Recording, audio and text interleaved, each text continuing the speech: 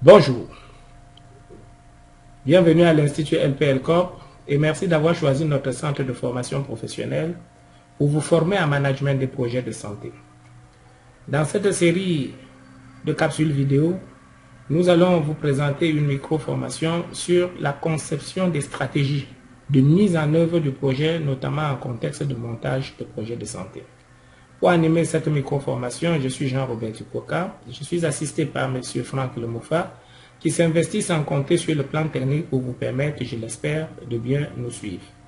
Comme prérequis, afin de pouvoir bénéficier au maximum de cette micro-formation, vous devez avoir terminé l'apprentissage des micro-formations se reportant à la préparation de la formulation, à l'analyse situationnelle, à l'analyse et à la projection des problèmes de santé, à la fixation des buts et objectifs et au recensement des obstacles éventuels.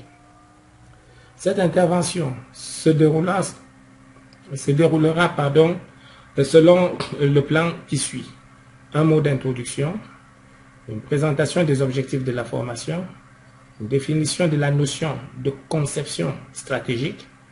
Nous présenterons ensuite les objets et les produits de la phase de conception des stratégies, une étude des risques liés au travail de conception des stratégies, la description des différentes étapes à suivre pour bien concevoir les stratégies et enfin un petit mot de conclusion pour terminer.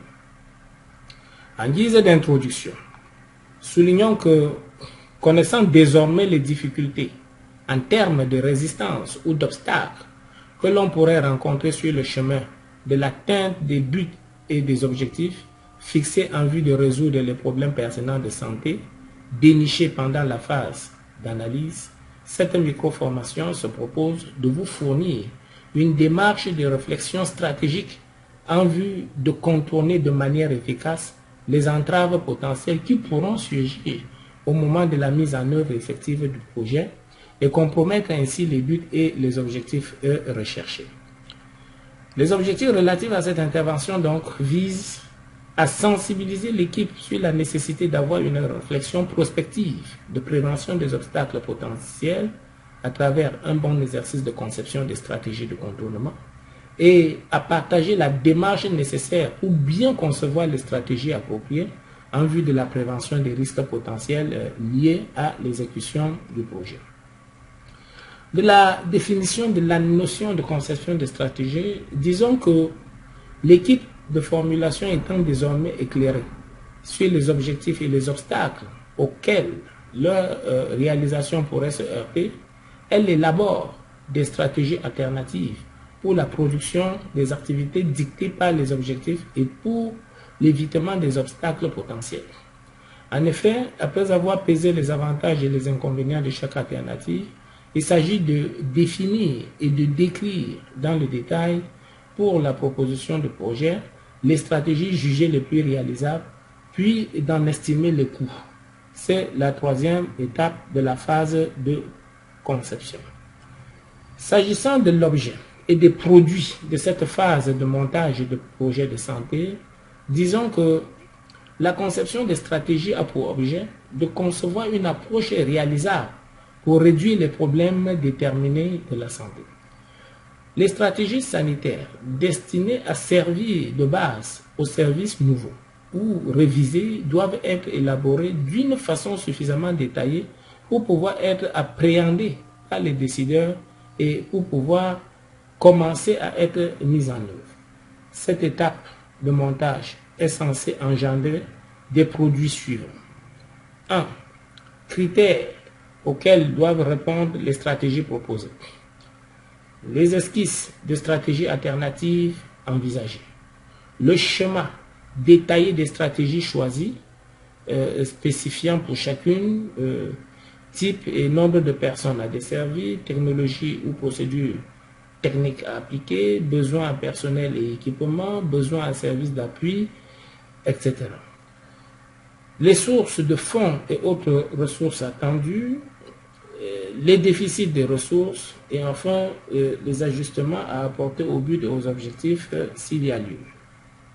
S'agissant des risques associés au travail de conception des stratégies, précisons qu'ils font référence aux erreurs dont il faut dont il faut prendre soin d'éviter.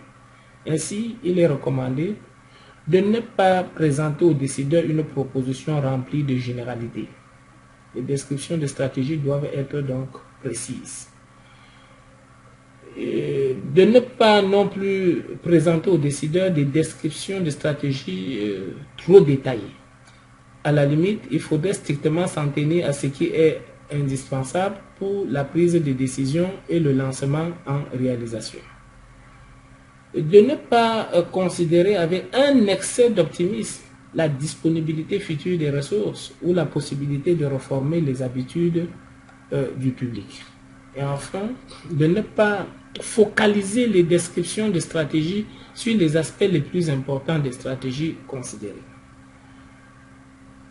Entre autres activités assignées au travail de conception des stratégies de projet, on dira que pour gagner le pari d'une bonne conception des stratégies, l'équipe de montage du projet devrait s'atteler à réaliser les principales activités suivantes. 1. Établissement des critères de conception. 2. Énumération dans le détail des changements nécessaires. 3.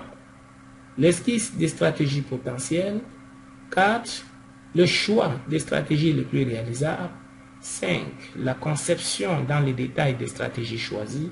6. L'estimation des coûts des stratégies. 7. L'évaluation de l'adéquation des ressources futures. Et enfin 8.